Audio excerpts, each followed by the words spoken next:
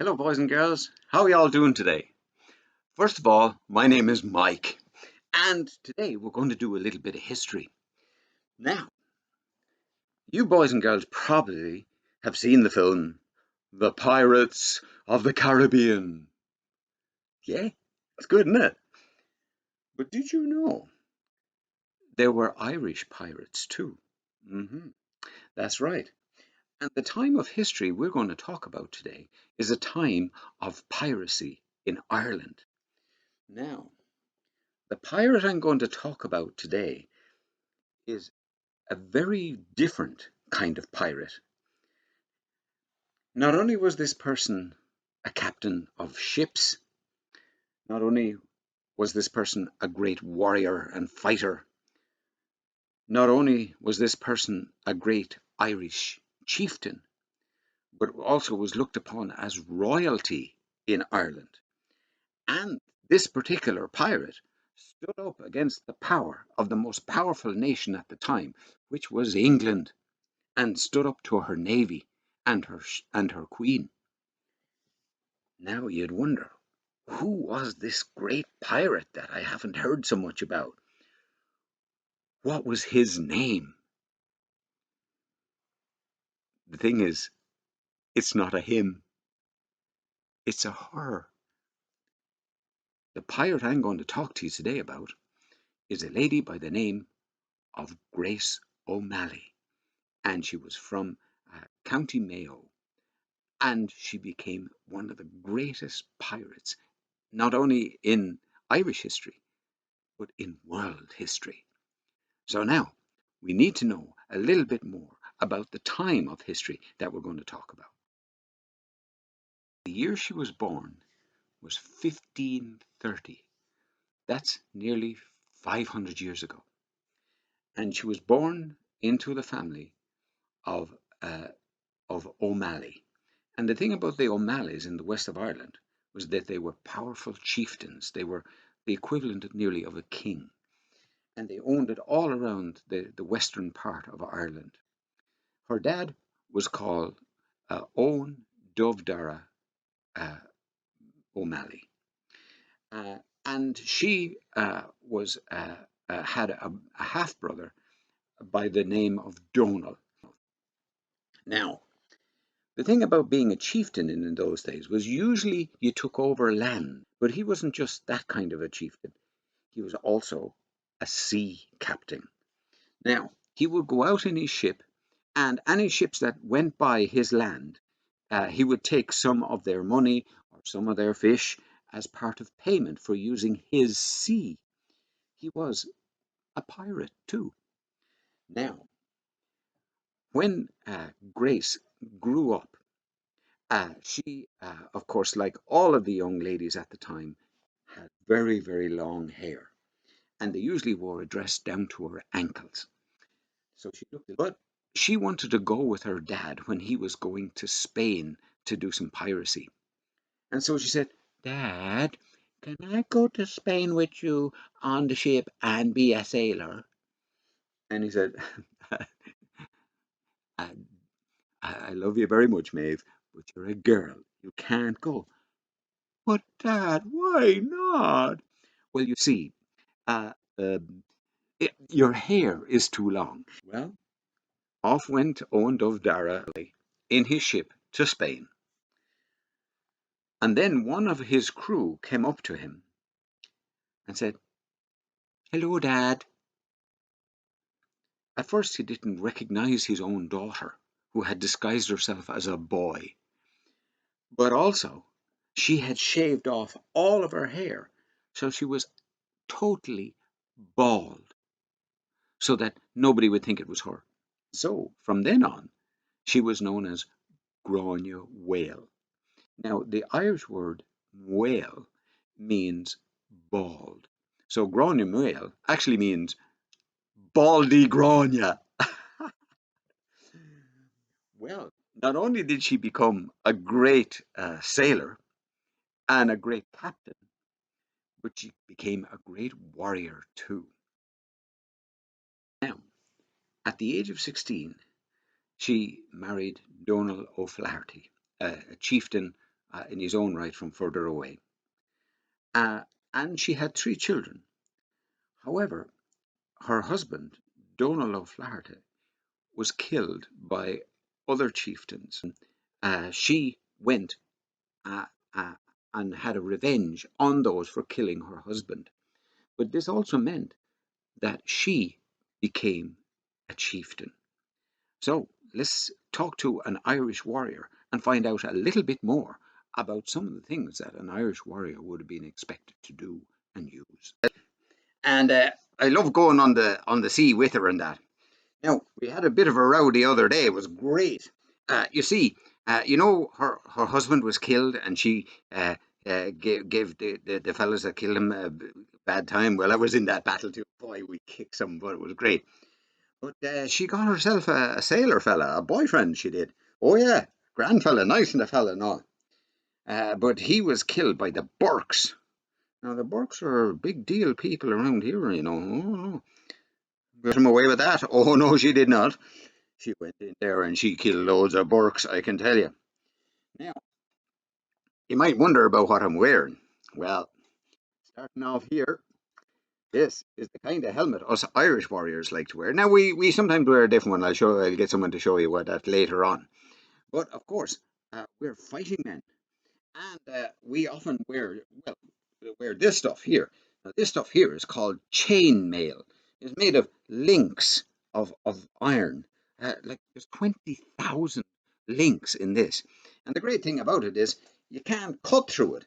So it's great. It's not great on the old ship, though. You know, if you fall into the water, well, all the swimming in the world won't help you because down you'll go. So not a good idea on a ship, let me tell you. But we do use loads of different kinds of weapons. And I'm going to show you some of my favorites. All right, then. First of all, yeah, is the spear. Now, you mightn't think a spear is a great weapon, but it is because it's really cheap.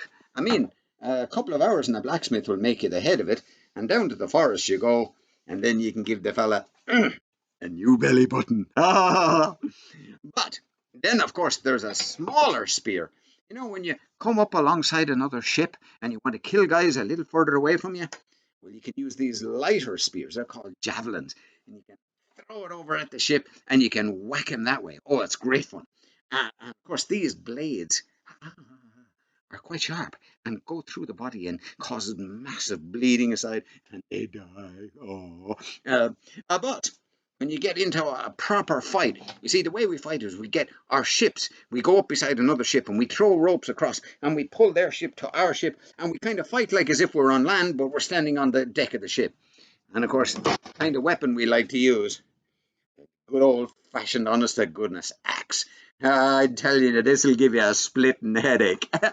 Splitting headache. I tell you something, it'll be the last headache you'll ever get as well. But if you want to give a fella a right good wallop, well, you can use this one. Look at that size of that baby. Now, this is my personal favorite, let me tell you. You can take a man's head off with this, no problem at all. Or take a leg off or an arm off. No bother. Just go zing, and it's great fun. But of course, if you're fighting on a ship and what you do, you get yourself one of these. Now, I bet you know what this is, boys and girls. This, of course, is a longbow. Now, many of the lads now, I'll tell you, they rather the shorter version of this. It'd be about this much long, about that long. But I happen to like the longbow. But of course, a longbow is not a whole lot of use to you unless you have something else as well. That's this baby here. Now, of course, you have an iron head, a piece of wood for the shaft, and then a feather at the back. That always makes sure that the arrow goes head first. You don't want this bit to hit him, do you? You want the other end to hit him, because that cuts through him and kills him. And so, yeah, just pull it and it way. Sorry, sorry, Patrick. Sorry about that. I think I took his eye out. But of course, the best weapon of all, if you can afford it, is one of these. The sword. Oh, now I like the axe, I did say, but I tell you, if I could afford one of these, I'd have one of them. Now it takes a couple of months for a blacksmith to make a sword, and of course it has a point on the end, and it's got a sharp edge on both sides of the blade. This part here protects your hand, but as well that you can stab a person in the face with it. It's great fun. You should see the blood. It's great. And then we have a round pommel on the end, which you can use to thump the other guy, but it keeps your hand from slipping off, and it makes the sword easy to manage as well. But sometimes a couple of my mates, there's a big lad over there. See the big, well, anyway, a big fella over there. He likes this sword. Check this one out. Look at the size of that. Now with this, of course, you can keep the guy that bit further away from him. But because it's so big, you have to work with your two hands. Oh, you see him when he's standing around, he sticks his elbow out and you go, oh, yeah, I'm a big tough guy, I got a big sword. Well, these great swords are often used by Irish warriors. And even in your time, some of the paintings they did of us show lads standing with big swords. It's great. Ah, but that's not the only kind of sword we have. Now, you may not know this, but us Irish go all over the world. Well, not the world as you know it. We go to England, France, Spain, North Africa, into the Middle East, and we come across their kinds of swords. And in the Middle East, they use these curvy swords, which are called scimitars.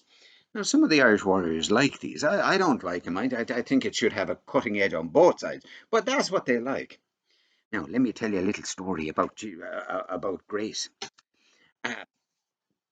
Uh, she got married again, and she was having her son, and she called her son Tybalt, and she had the son on the ship while we're in the Mediterranean Sea, and all was going well until suddenly there was a big hoobaloo, and the next thing you know, we're being attacked by pirates ourselves. Imagine pirates attacking other pirates! Yay! Well, I have to tell you, these guys were a lot better pirates than we are, and they began to get on board our ship and began to beat us back towards the back of the ship, where Grace was just after giving birth to her baby Tybalt. Oh, it was looking bad. We were getting beaten back. There was nothing we could do. The pirates from Algeria were kicking our butt. I might as well tell you, we were gone. Well, she was inside in the cabin of the ship, and she heard the noise outside. And she put her baby down, gave it a little kiss, and said, "Mommy's got to go to work now." She put down her little boy and came out with a sword and a gun. And she fired the gun and killed the first fella near her. And she picked up her sword and said, "Arise, lad," which means away with you. And down the ship she came running with her sword in her hand. Well, when we saw her, we knew, Janie, we can't lose now. So we fought against the Algerian pirates and we bet them off our ship. Not only that, but we got on board their ship and we killed a load of them and we stole their gold and we stole their ship. So I'm telling you, Maeve is one tough cookie. You better believe it.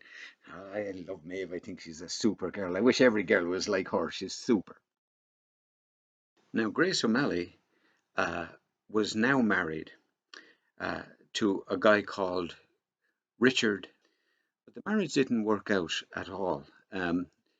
Grace didn't like him at the end of it all, even though she had a son by him, a fellow called Tybalt, that guy on the ship, you remember. So she divorced him. In those days, all you had to do under Irish law was say, "I divorce you, I divorce you, I divorce you," and that was it. And so she was now a free woman again. Now, but she was having trouble with some of her neighbours, the MacMahons, and so she had a battle against them and took their castle. But the thing about it was that Grace had other enemies too. These enemies were not just Irish chieftains, they were the English. And England was now ruled by a new royal person. And it wasn't a king, it was a queen.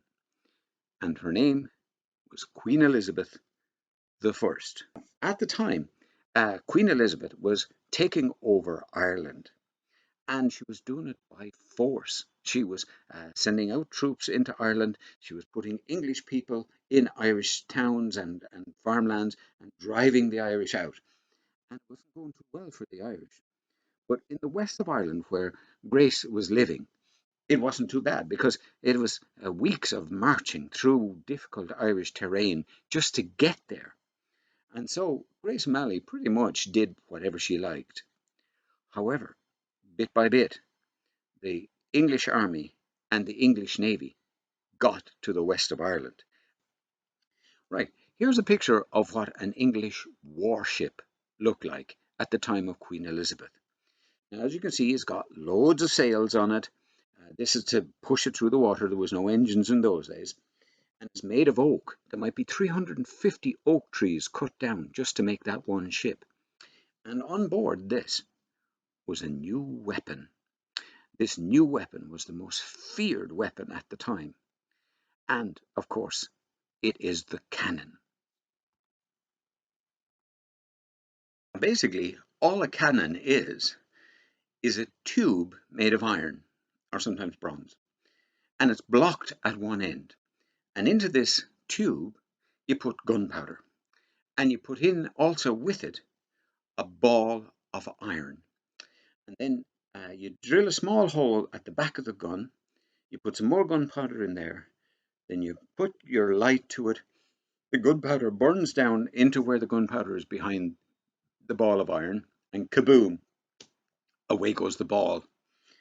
Well, I have here a real cannonball, and it is really 400 years old. So it's a little after the time of Queen Maeve. Now, I'm not a strong fella, but this weighs about 12 kilos, and it would have come out of the cannon at about 600 miles an hour. Okay, but what kind of ships did Grace have? Well, she didn't go for the English ship, which was called a galleon. She had a different kind of ship. Basically, she had two kinds. The first one was called a galley. A galley is a ship that has sails and oars. Now you can see in the picture here that the galley has large triangular sails rather than the square ones that the English queen had. Well, the triangular sails means that it's more maneuverable. That means it can change direction much easier than the square sails on the other ship. And as well as that, if the wind stops blowing, well, the ship can't move. Unless, of course, you have, like Grace O'Malley had, the galley, where all the guys in it start to row their boat and make it move where they had. Now, and of course, they also had cannon on board. Now, this was her warship. And the other ship she has was one that we now call a Galway Hooker. Now, this was used for fishing, for going to places, things like that. But it could have fighting men on it as well. Now, when the English Navy would see Grace O'Malley's ships, they'd say, right, attack. And they'd send their ships after it. But you see, Grace O'Malley knew the waters around the west of Ireland better than an English captain did. And she would go to where the water was really shallow. Now, on a galley, shallow water is no problem because they don't go very deep in the water. But the big, heavy galleons would get stuck on the rocks or the sand underneath the water. Then she would turn her ships around, come back, and open fire on them. And there'd be loads of slaughter. Then she would force them to pay her, and then she would take the ship for her own. Well, of course, this didn't take long before it came to the notice of Queen Elizabeth I. Now, of course, this enraged Queen Elizabeth. She wanted to get hold of all of Ireland, including the West, and it was not going to be stopped by Grace O'Malley. So she picked a very special chap. Hello, boys and girls. My name is Lord Bingham, and I have been sent by Queen Elizabeth I of England to go to the west part of Ireland and fight with Grace O'Malley. So I've kidnapped her half-brother, Donal, and her son as well, and I have them in prison, and I'm torturing them. Oh yeah. But as well as that, instead of fighting with our men out on the battlefield, what I'm doing is I'm setting fire to their houses, and I'm burning their crops and then killing their animals. And now the Irish are starving. Oh, I'm telling you, we're giving Grace O'Malley such a hard time. It's true. Lord Bingham's tactic of it not attacking her soldiers but attacking their families was working really well. But before I go on and talk about how she fought back, let's take another look at some weapons, or what they would have called handguns, were made. And I have one here. Now, this looks like what we would call a gun, doesn't it? Now, it has a barrel, of course, like all guns do. Like all guns, you have to put gunpowder down the barrel of the gun. And you do it, you keep your gunpowder often in a cow's horn like this. Take off the top, pour in your gunpowder down the barrel of the gun, pop in your ball of lead, then take out this stick here, this ramrod, and you push the ball of lead and the gunpowder all the way down to the end of the gun. Then you take this out and put it back where it was. Now, the gunpowder and the bullet are inside the barrel in this part here. Now, you fill this little dish or pan up with gunpowder. Then you get this piece of string and you soak it in stuff that burns really well, and you set fire to the end of it. Now, we have our gunpowder and bullets inside in the gun. We have gunpowder here. Now, if you don't want to shoot just yet, you can close this little door over the top like that. But when you're ready to fire, you open up this little door. Now, when you pull the trigger, it puts the burning cord into the gunpowder in the pan. Well, I'd need to adjust a little, so there like that. So you can see how that touches into the pan.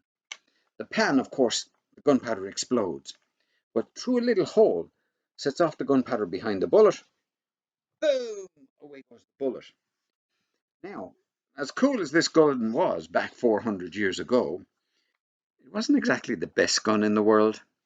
For one thing, the length of time it took me to explain how to load it and shoot it was how long it would take you to load it and shoot it. So you're looking at about 30 seconds to fire one shot. So 2 bullets in a minute. And the distance it would go, at best, 50 meters. 50 meters? That's like 3 trucks, big long trucks, all one end to the other.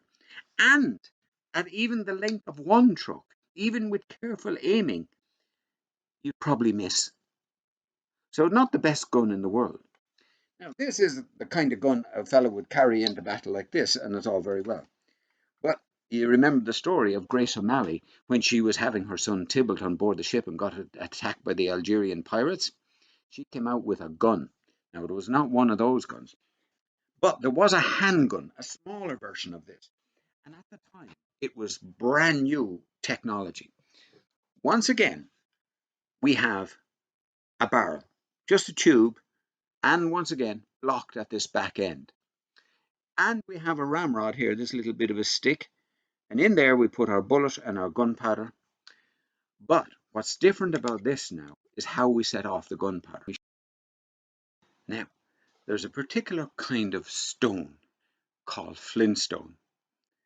Da da da da da da, yeah na na na na na na na. Okay, this is a piece of flint. But if I hit flint on steel, watch what happens.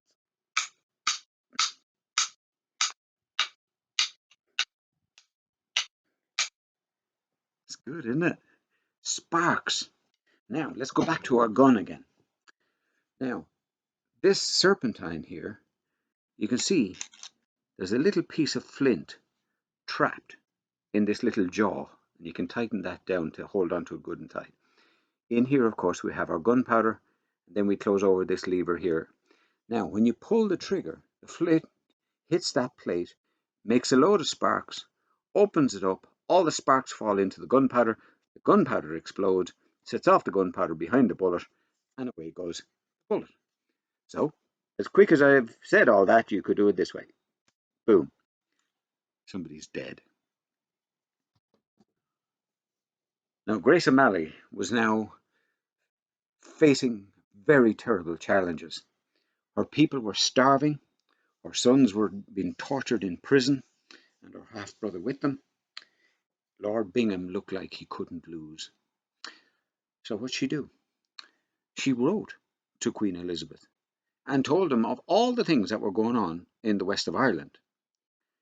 Queen Elizabeth wrote back and said to her, well, what's going on over there? And she wrote a big long list of questions. Finally, Grace O'Malley wanted to answer the questions, but she was going to do it in person.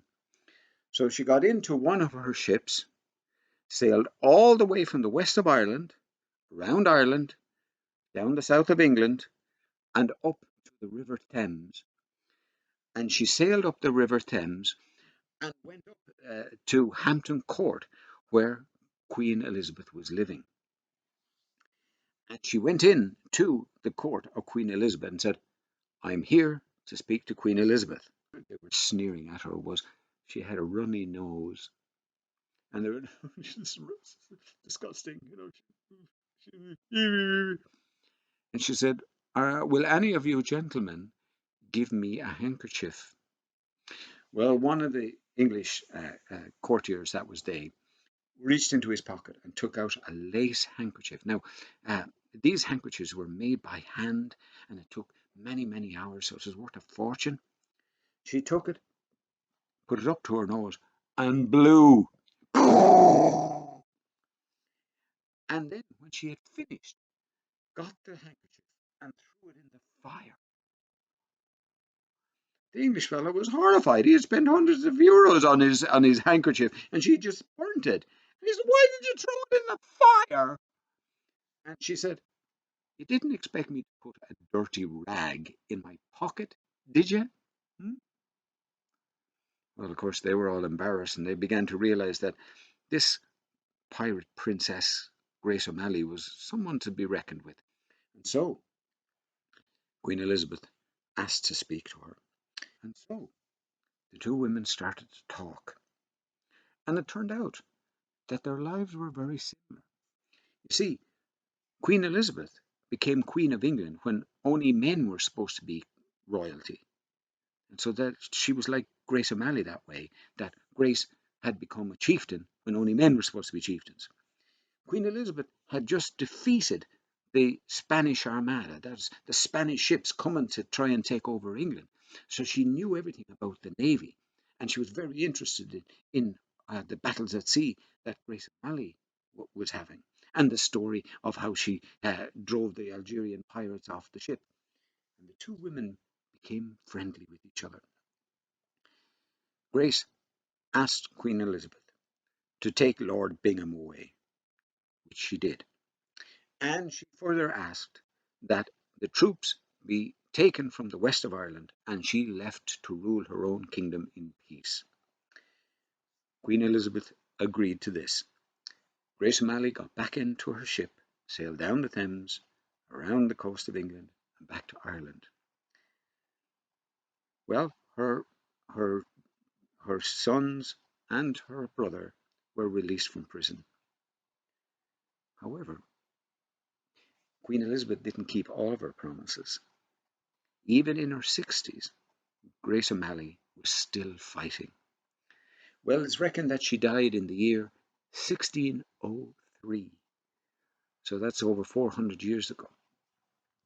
But she is one of the most famous women, not only in Irish history, but in world history.